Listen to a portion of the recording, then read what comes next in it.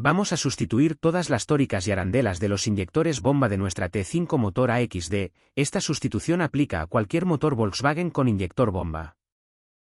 Comenzamos quitando las juntas viejas. Para ello nos ayudamos de una llave Allen de 5 mm afilada por un extremo, dado que los extractores de retenes que tenemos son demasiado gordos y no se trabaja bien con ellos.